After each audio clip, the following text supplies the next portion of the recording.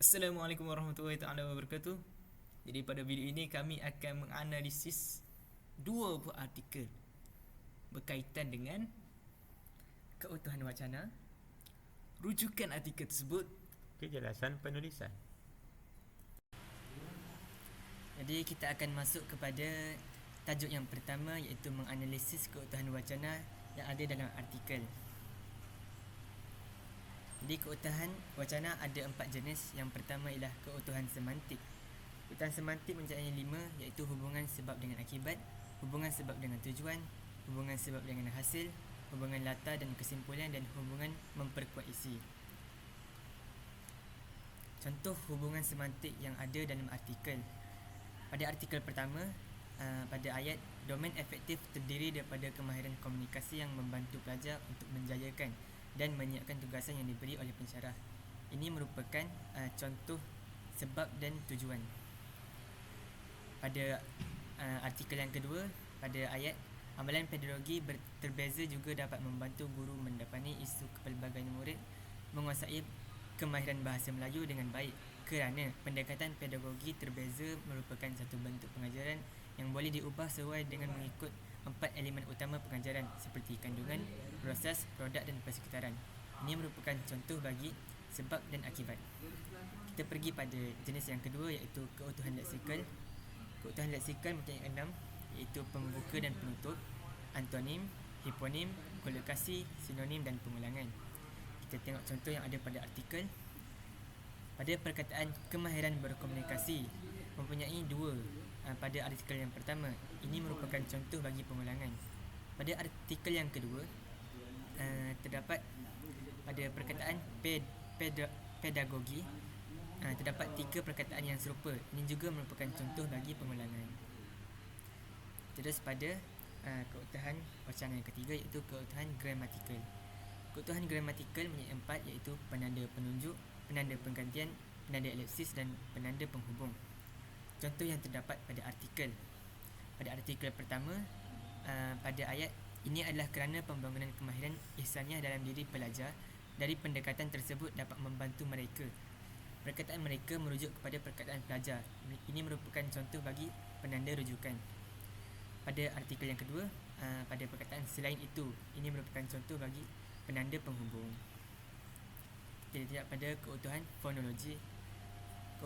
Keutuhan fonologi mempunyai 3 ciri, iaitu hentian suara, nada suara dan intonasi suara. Kita lihat contoh yang terdapat pada artikel. Pada artikel pertama, perkataan ini kerana perkataan koma, kokurikulum juga memainkan peranan penting selain menjadi pelengkap kepada kokurikulum. Pada artikel yang kedua, kekurangan pemahaman, pengetahuan dan kemahiran. Pada artikel kedua dinyatakan koma, dan ini menunjukkan contoh bagi intonasi suara, keutuhan fonologi. Kita lihat pada tajuk yang kedua. Jadi kita pergi kepada bahagian kedua analisa artikel-artikel tersebut. Ianya adalah berkaitan dengan penulisan rujukan. Jadi penulisan rujukan ini terbahagi kepada 2 bahagian, iaitu yang pertama penulisan rujukan di dalam teks, dan yang kedua adalah penulisan rujukan pada bahagian rujukan. Jadi mari kita lihat rujukan dalam teks bagi artikel yang pertama. Penggunaan at all, iaitu merujuk kepada sitasi lebih daripada 3 orang. Jadi penulis artikel pertama ini menggunakan at all ketika ingin mensitasi Siti Rahaya. Jika kita lihat di sini, dia menggunakan Siti Rahaya at all 2010. Seterusnya adalah rujukan di awal ayat. Jadi penulis menggunakan sitasi pada Syekh Lamsah S dan Melur pada awal ayat sebelum menyatakan isi beliau. Seterusnya adalah rujukan di akhir ayat. Jika kita lihat di pada artikel yang pertama ini, penulis mensitasi Shatter MS dan Fauzi M 2014 selepas menyatakan isi-isi yang diberikan oleh mereka berdua. Mari kita lihat pada artikel yang kedua pula. Penggunaan add-on, iaitu untuk mensitasi lebih daripada 3 orang sumber. Kalau kita lihat di sini, penulis menggunakan et al. Untuk mensitasi Zurina.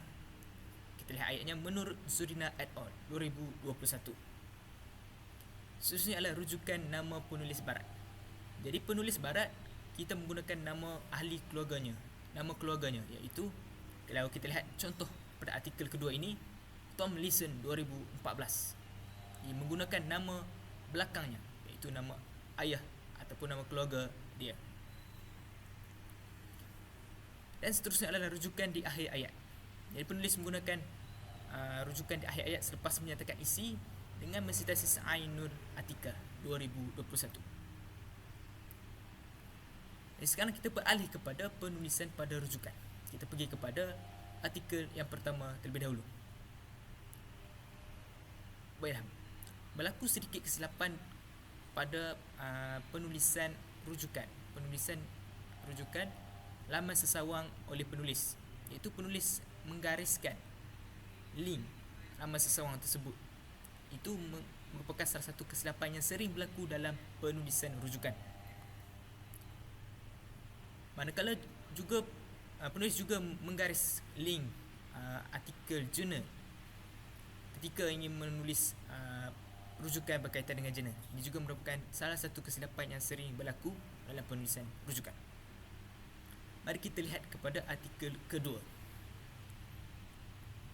Jadi di artikel kedua, penulis artikel kedua ini berjaya menulis rujukan dengan tepat berkaitan dengan jurnal, iaitu tidak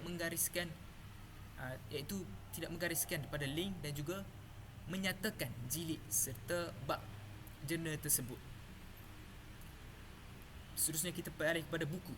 Juga penulis berjaya menulis dengan tepat penulisan rujukan berkaitan dengan buku.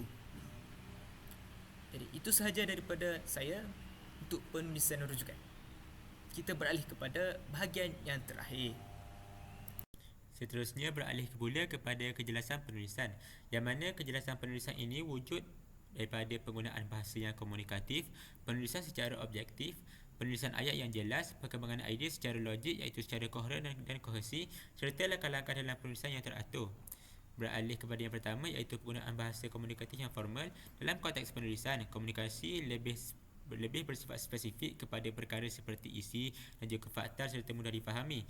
Berdasarkan kedua artikel, bahasa komunikatif formal telah pun diterapkan. Seterusnya, penulisan secara objektif.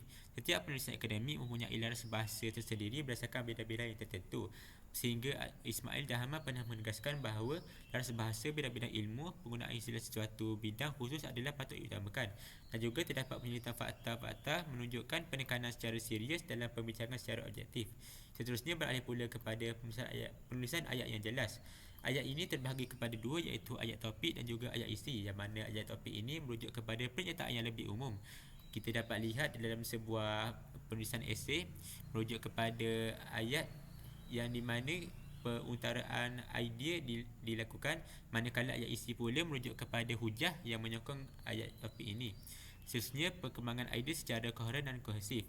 Yang pertama ialah koheren.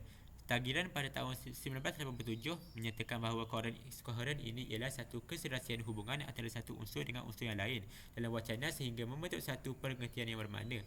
Koheren juga bersifat subjektif dan juga perlu dilihat secara menyeluruh. Untuk kita kenal pasti koheren ini, kita perlu lihat jika adanya kesepaduan antara satu bahagian dengan bahagian yang lain sehingga sebuah ayat itu bersangkut paut dengan ayat seterusnya. Kita lihat pada contoh, tiada penggunaan penanda wacana serta pengulangan kata. Namun jika dibaca dengan secara menyeluruh, kita boleh faham bahawa ayat itu bersangkut paut. Seterusnya, kita beralih pula kepada kohesif, iaitu Husain Fateh pada tahun 2016 menyatakan bahawa kohesif ini ialah keserasian hubungan antara satu unsur linguistik lain dalam sesuatu wacana untuk menghasilkan wacana yang lengkap. Kohesif ini boleh dilihat dalam pelbagai perkara, iaitu berbagai-bagai struktur ayat. Merujuk kepada contoh ini, pengulangan kata digunakan, iaitu perkataan elemen. Seterusnya, penggunaan tanda baca yang betul. Contohnya, penggunaan tanda baca koma dan noktah. Sebenarnya, penggunaan tanda baca ini sedikit sebanyak akan mempengaruhi maksud serta intonasi yang akan dibacakan oleh pembaca. Seterusnya, perenggan dibina dengan baik, iaitu pembahagian perenggan yang tepat. Kita tahu biasanya penulisan ilmiah ini mempunyai pembahagian perenggan, iaitu pengenalan, isi dan juga penutup. Seterusnya, penggunaan kata hubung yang tepat yang berfungsi untuk menggabungkan sebuah ayat dengan ayat lain. Contohnya kita dapat lihat penggunaan agar untuk menyambungkan ayat menguasai kemahiran-kemahiran lain yang lebih kompleks memerlukan penguasaan kemahiran komunikasi dengan ayat penyampaian maklumat yang berkesan dapat dicapai. Seterusnya, peralihan antara perenggan dengan bahagian lain adalah tepat. Penerangannya ialah mengekalkan pertautan, turutan dan kesinambungan dengan bahagian yang lain. Itu saja daripada kami. Saya akhiri video ini dengan wabillahi taufiq wal hidayah. Wassalamualaikum warahmatullahi wabarakatuh. Bye.